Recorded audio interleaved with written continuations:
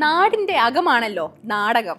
ജനാധിപത്യത്തിലെ ശരിതെറ്റുകൾ ചൂണ്ടിക്കാട്ടി സമൂഹത്തെ മാറ്റുന്ന ചാലക ശക്തിയാകുവാൻ ഒരു കാലത്ത് നാടകം എന്ന കലാരൂപത്തിന് കഴിഞ്ഞിട്ടുണ്ട്.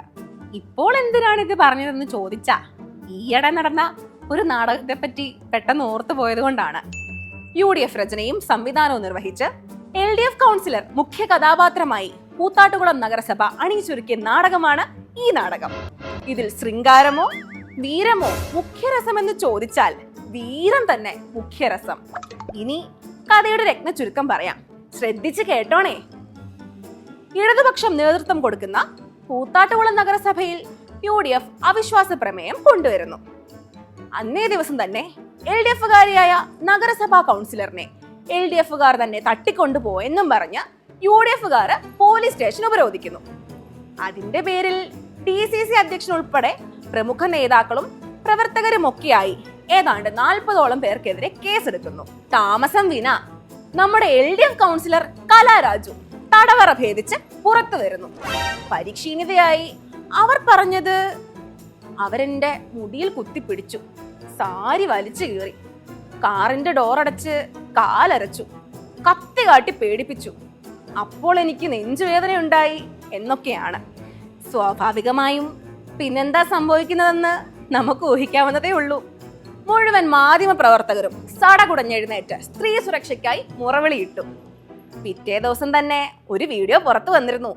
പക്ഷേ അതാരും മൈൻഡ് ചെയ്തില്ല. എല്ലാവർക്കും റേറ്റിംഗ് തന്നെയാണല്ലോ മുഖ്യം. നഗരസഭ അധ്യക്ഷ കാറിൽ കയറ്റിക്കൊണ്ടുപോയ നമ്മുടെ നായിക കലാരാജു സ്വന്തം പാർട്ടി ഓഫീസിലിരുന്ന് സഹപ്രവർത്തകരോട് കൂളായി സംവദിക്കുന്നു. കോൺഗ്രസുകാർ കൊണ്ടുവരുന്ന അവിശ്വാസ പ്രമേയത്തെ അനുകൂലിച്ചുകൊണ്ട് വോട്ട് ചെയ്യാൻ ചേച്ചിക്ക് അവർ 10 ലക്ഷം രൂപ വാഗ്ദാനം ചെയ്തില്ലേ? കഴിഞ്ഞ 2 ദിവസം ഫോൺ ഓഫ് ചെയ്തു വെച്ച് അവരുമായിട്ട് ചർച്ച നടത്തിയില്ലേ എന്നൊക്കെയായിരുന്നു ആ വനിതാ സഖാവിന്റെ ചോദ്യം. ഇല്ല, 10 ലക്ഷം രൂപയെന്ന് അവർ പറഞ്ഞില്ല. സാമ്പത്തിക ബാധ്യതകളും ബാങ്ക് ബാധ്യതകളും എല്ലാം സോൾവ് ചെയ്യുമെന്ന് അവര് പറഞ്ഞു. കൗൺസിലറുടെ മറുപടി ശ്രദ്ധിച്ചോണേ. ഈ സംസാരം കഴിഞ്ഞ് ഇറങ്ങി വരവെയാണ് മാധ്യമ പ്രവർത്തകരോട് കലാരാജു പറഞ്ഞത് സ്വന്തം പാർട്ടിക്കാർ എന്നെ ഉപദ്രവിച്ചെന്ന്. അഭിനയിക്കുമ്പോ ഉള്ളി തട്ടണമെന്ന് ഞാൻ പറയാറുള്ള ഇതാ, കഥാപാത്രത്തിന്റെ അനുഭവം സ്വന്തം അനുഭവം മാറ്റുക. അതുകൊണ്ടാണ് കലാകാരന്റെ അനുഭവങ്ങൾ വേണമെന്ന് പറയണേ. എങ്ങനെയുണ്ട് നാടകം? ഈ നാടകത്തെ ഉദ്ധരിച്ച് പ്രതിപക്ഷ നേതാവ് കഴിഞ്ഞ ദിവസം നിയമസഭയിൽ കത്തിക്കേറുമായിരുന്നു. ശ്രദ്ധിക്കണമായിരുന്നു, കുറച്ചുകൂടെ ബ്രില്യന്റ് ആവണമായിരുന്നു. ഡിജിറ്റൽ സാക്ഷരതയിൽ ഇന്ത്യയിൽ 1ാമത് കേരളമാണെന്ന് പുതിയ റിപ്പോർട്ട് വന്നിട്ടുണ്ട് നേതാവേ. ഒന്നല്ല, മിനിമം 2 ഫോണൊക്കെയാണ് ഇപ്പം പലരുടെയും കയ്യില്. നന്നാകുമായിരിക്കും അല്ലേ? നാടകാന്തം കവിത്വം എന്നാണല്ലോ. കാത്തിരിക്കാം.